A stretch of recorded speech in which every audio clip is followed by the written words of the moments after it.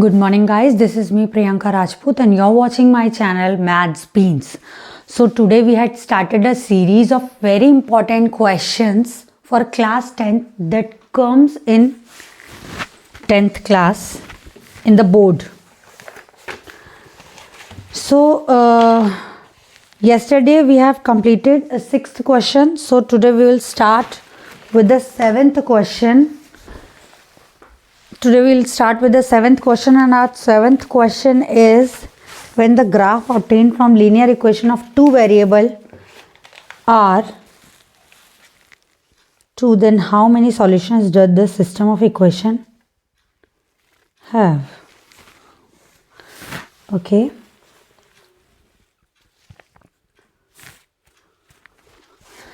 Question is, when the graph obtained from linear equation of two variable are parallel lines,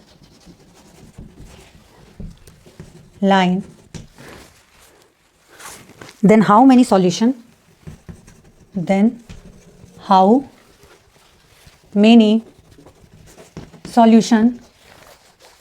does the system of equation have? Does the system of equation have? When the graph obtained from linear equation of two variables are parallel lines, then how many solution does the system of equation have? हमने कल ही पढ़ा था जहाँ coefficients का relation देखा था, nature देखा था और ग्राफिकल रिप्रेजेंटेशन देखा था. तो जब हमने पैरेलल लाइन का ग्राफिकल रिप्रेजेंटेशन देखा था, तब हमने देखा था नेचर हमारे लीनियर इक्वेशंस का क्या था, वो कितने सॉल्यूशंस बना रहे थे. तो पैरेलल लाइंस हम देख सकते हैं सॉल्यूशन में. जब पैरेलल लाइंस बनती हैं लाइक दिस, तो ये दोनों ही इक्वेशन, दोनों ही लाइंस कहीं भी एक दूसरे को इंटरसेक्ट नहीं करते हैं, और क्योंकि इंटरसेक्ट नहीं करते हैं तो कोई सॉल्यूशन बनता ही नहीं है. So the answer is no solution. Parallel lines के लिए नो सॉल्यूशन था, इंटरसेक्टिंग लाइंस के लिए यूनिक सॉल्यूशन था. कल ही हमने पढ़ा है यूनिक सॉल्यूशन. और कोइंसिडेंट लाइन मतलब ये एक लाइन, इस लाइन के ऊपर एक और लाइन, अगेन एक के ऊपर एक लाइन, तो infinite many solution. Infinite many solution.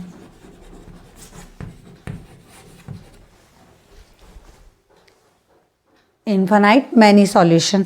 तो ये हो गया क्विक रिवीजन कल वाले कॉन्सेप्ट का, जिससे बेस्ड आज एक क्वेश्चन भी था हमारे पास, क्वेश्चन नंबर 7.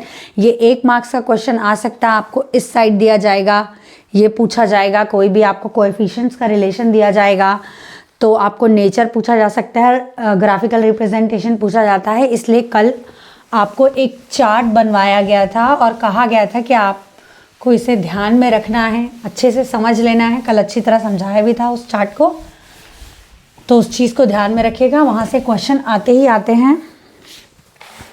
अब हम आते हैं नेक्स्ट क्वेश्चन की तरफ. Okay, question number 8. Find the value of, okay, find the discriminant of, find the discriminant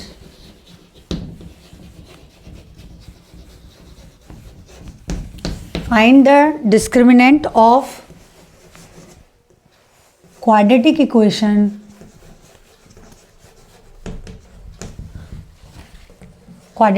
मैं नीचे लिख ले रही हूँ. x square minus 2x plus 1, x square minus 2x plus 1 equals to 0. We have to find out the discriminant. हमने quadratic equation वाले chapter में पढ़ा है discriminant. Discriminant is denoted by D and it is B square minus 4ac।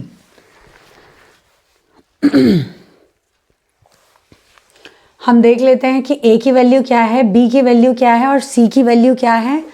तो जो भी coefficient, मेरा ये इक्वेशन है x square minus 2x plus 1, इस इक्वेशन में जो भी x के आगे कोएफिशिएंट होगा वो होगा a, तो a is equals to 1।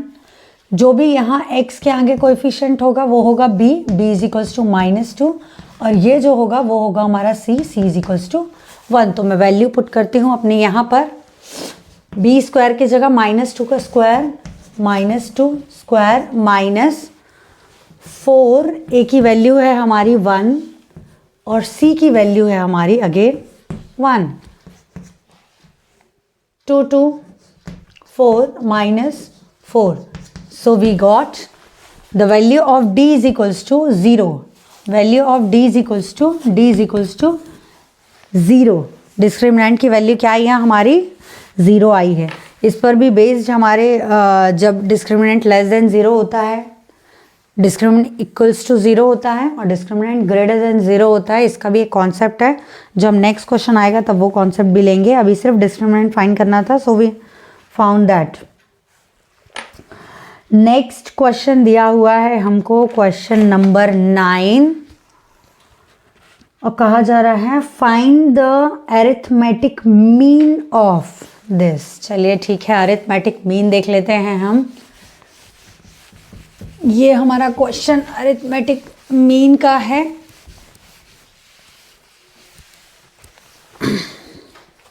Question number 9, find the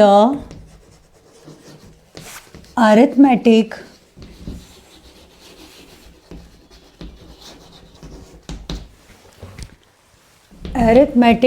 mean of root 3 plus 1 and root 3 minus 1, root 3 plus 1 and root 3 minus 1। दो वैल्यूज दी गई हैं जिनका अरिथमेटिक मीन निकाल कर देना है। तो अरिथमेटिक मीन का हमारे पास एक सिंपल सा फॉर्मूला है। अरिथमेटिक मीन क्या होता है? अरिथमेटिक मीन होता है जो भी हमारी वैल्यूज़ दी हुई हैं, दोनों वैल्यूज़ का sum a plus B by 2, sorry a plus B by 2। तो a है हमारा यहाँ पर a is equals to root 3 plus 1, b है हमारा रूट 3 माइनस 1। अब हम वैल्यूज़ पुट करेंगे अरिथमेटिक मीन में। Arithmetic mean is equals to a की जगह हम पुट करेंगे रूट 3 प्लस 1 और b की जगह हम पुट करेंगे रूट 3 माइनस 1 बाय 2। तो माइनस प्लस 1 माइनस 1 कैंसिल हो गया, root 3 plus root 3 2 root 3 by 2, 2 and 2, और जो हमारा आंसर आया है वो है रूट 3। तो हमारे अरिथमेटिक मीन की वैल्यू आई है रूट 3। इसमें तो कोई डाउट नहीं होना चाहिए, बहुत आसान सा सवाल है ये अरिथमेटिक मीन निकालने का। अब हम आते हैं अपने नेक्स्ट क्वेश्चन की तरफ, क्वेश्चन नंबर 10, जो कि आ रहा है हमारे एपी से। एपी बहुत इम्पॉर्टेंट है 10th के लिए। Question number 10, find the 11th term of the given series. ठीक है, हमारे पास एक एपी दी हुई है, find the 11th term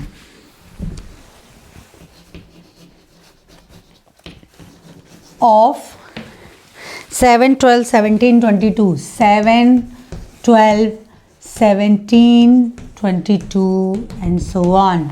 This is the given AP here 7, 12, 17, 22। हमसे बोला गया है हमें 11th नंबर का टर्म फाइंड आउट करके देना है। चलिए ठीक है, हम सबसे पहले अपनी सीरीज़ लिखेंगे। जो सीरीज़ गिवन AP दी है हमको, ये है 7, 12, 17 और 22।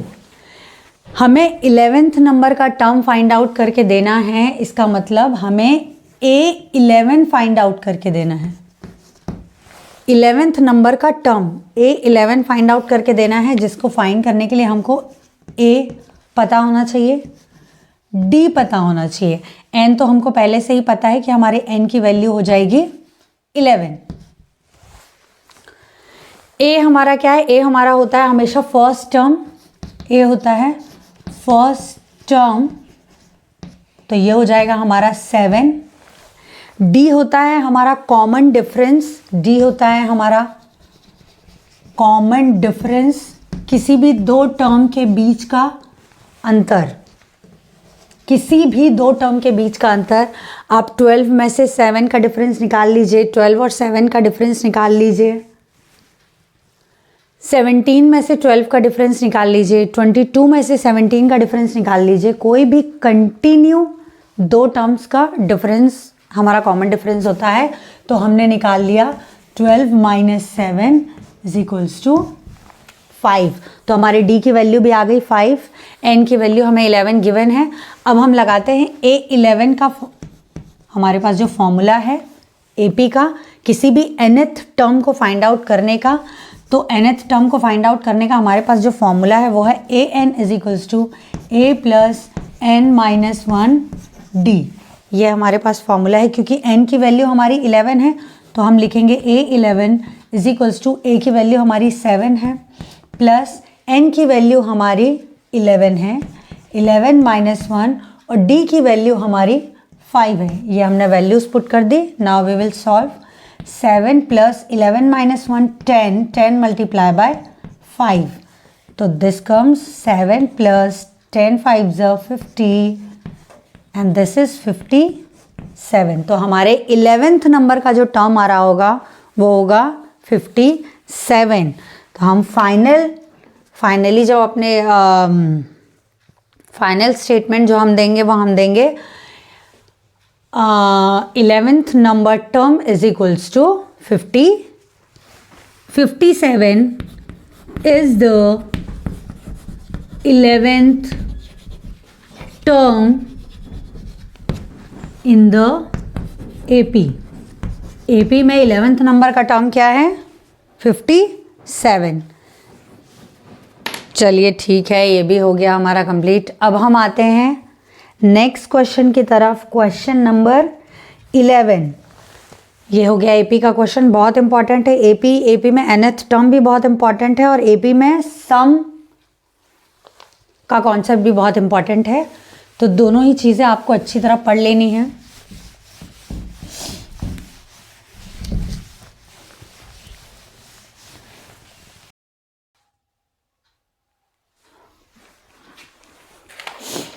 Okay, now come to question number 11.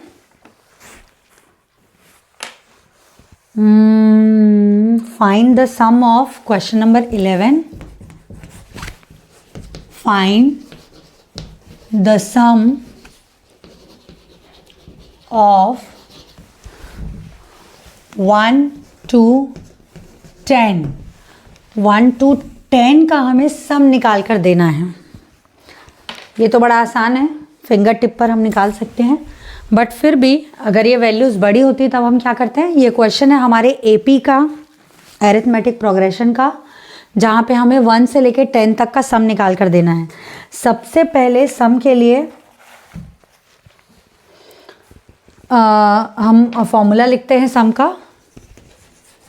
अभी हमने nth टर्म निकालने का क्वेश्चन नंबर 10 में देखा था। अब हम 11th क्वेश्चन में सम निकालने का देखने वाले हैं। अगर सबसे पहले मैं सम का फॉर्मूला लिख देती हूँ। Sn is equals to n by 2a plus n minus 1d। This is the formula sum निकालने के लिए। और एक और फॉर्मूला है हमारे पास सम निकालने का, Sn is equals to n by 2a plus l। मैंने अभी प्रीवियस क्वेश्चन में आप लोगों को सब कुछ बताया था कि A क्या होता है, D क्या होता है, पर यहाँ पर एक और वेरिएबल आ रहा है L, जिसको मैं बता देती हूँ ये क्या होता है। ये होता है लास्ट टर्म। ये होता है लास्ट टर्म, किसी भी सीरीज का लास्ट टर्म। इसको L से डिनोट करते हैं, कुछ कुछ बुक्स में आप लोग को AN से भी इसका डिनोशन मिल जाएगा। अगर हमारे सीरीज में हमें पहला और आखिरी टर्म दिया हुआ है, पहला और आखिरी टर्म दिया हुआ है, उस केस में हम इस फॉर्मूले का इस्तेमाल करते हैं। अगर यही सीरीज हमारी कुछ ऐसे दी हुई होती 2 4 6 8 डैश डैश डैश, और ऐसे करते करते 50 टर्म्स का सम निकाल कर देना है, ऐसा कुछ क्वेश्चन होता, उस केस में आपको आपके 50वें नंबर का टर्म नहीं पता होता कि कौन सा है, पहले आप उसको फाइंड करते फिर इसमें पुट करते। पर अगर आपको आपका लास्ट टर्म नहीं पता है तो आप लोग इस फॉर्मूले को यूज़ कर सकते हैं। पर क्योंकि इस क्वेश्चन में हमें हमारा लास्ट टर्म पता है 10 है, तो विल यूज़ दिस। चलिए, n की वैल्यू हमें पता है, पहले से बोल दिया गया है कि n की वैल्यू हमें यहाँ पर फाइंड आउट करनी पड़ेगी। 1 से लेके 10 तक में कितने नंबर ऑफ टर्म्स होते हैं, तो जब हम फिंगर टिप से काउंट करेंगे 1 से लेके 10 तक 1 2 3 4 5 6 7 8 9 10, तो टोटल नंबर ऑफ टर्म्स कितने आएंगे हमारे, टोटल नंबर ऑफ टर्म्स कितने आएंगे 10। और यहाँ पर हमारी a की वैल्यू क्या आ रही है, a मतलब first term that is 1 and last term that is l is equals to 10। Last term भी है, n की वैल्यू भी है और फर्स्ट टर्म भी है, तो हम ये वाला फॉर्मूला इस्तेमाल करेंगे। 10 टर्म्स का सम, क्वेश्चन में बता भी सकता था नंबर ऑफ टर्म्स कितने हैं, पर बताया नहीं है क्योंकि उसे पता है चेक क्वेश्चन करने वाले को ये चीज़ पता है कि कितने नंबर ऑफ टर्म्स हैं, ये बच्चे फाइंड आउट कर सकते हैं, इसीलिए 10 लिखकर नहीं दिया। अब हम वैल्यू पुट करेंगे 10/2, a की वैल्यू है हमारी 1 प्लस l की वैल्यू हमारी 10, 2 1 2 5 कैंसिल हुआ, 5 1 प्लस 10 11 11 5 55। हम अगर अपना लास्ट स्टेटमेंट देते हैं तो वो कुछ ऐसा होगा, the some of 1 to 10 is 55. Sum of 1 to 10 is 55. 1 to 10 का सम क्या आया है हमारा 55 आया है। चलिए ठीक है, अब हम आते हैं अपने नेक्स्ट क्वेश्चन की तरफ। क्वेश्चन नंबर 12 की तरफ। कल हमने 6 क्वेश्चंस किए थे, आज हम क्वेश्चन नंबर 13 तक कर लेंगे। चलिए, क्वेश्चन नंबर 12 क्या कह रहा है, क्वेश्चन नंबर 12 कह रहा है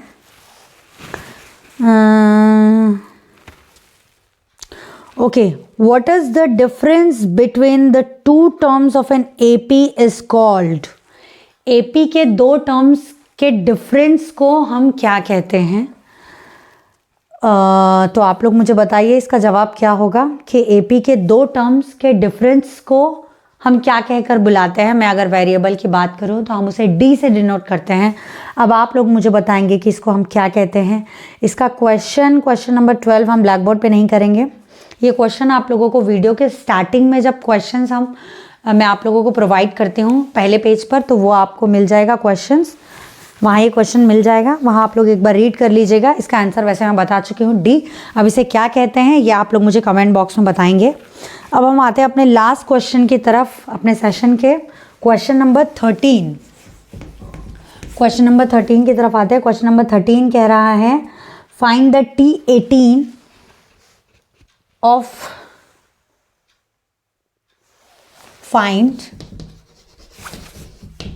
T18 of the AP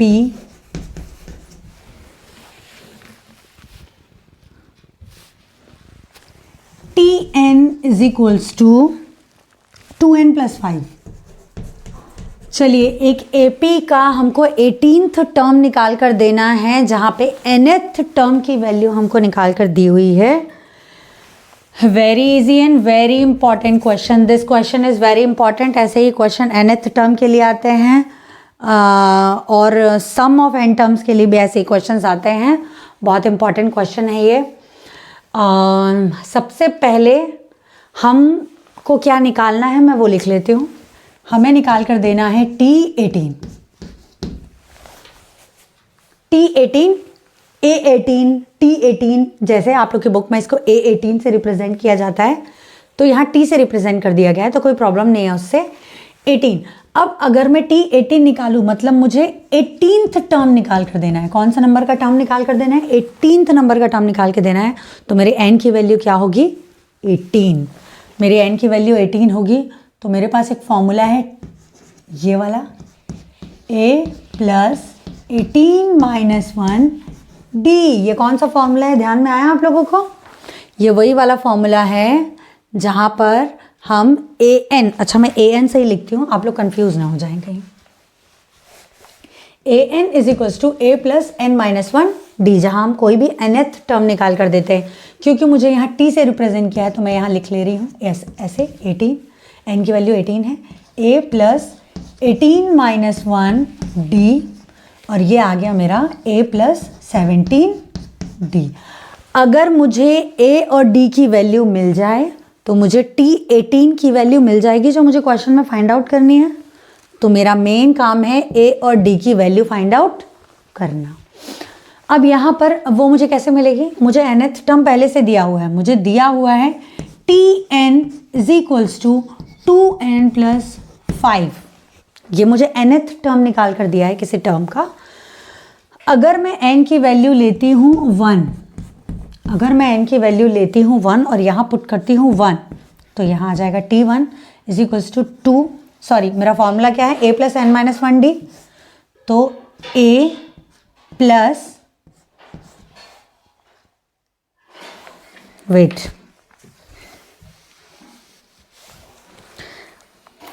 अगर मैं n की वैल्यू 1 पुट करती हूँ तो जहाँ जहाँ n है वहाँ वहाँ 1 पुट हो जाएगा।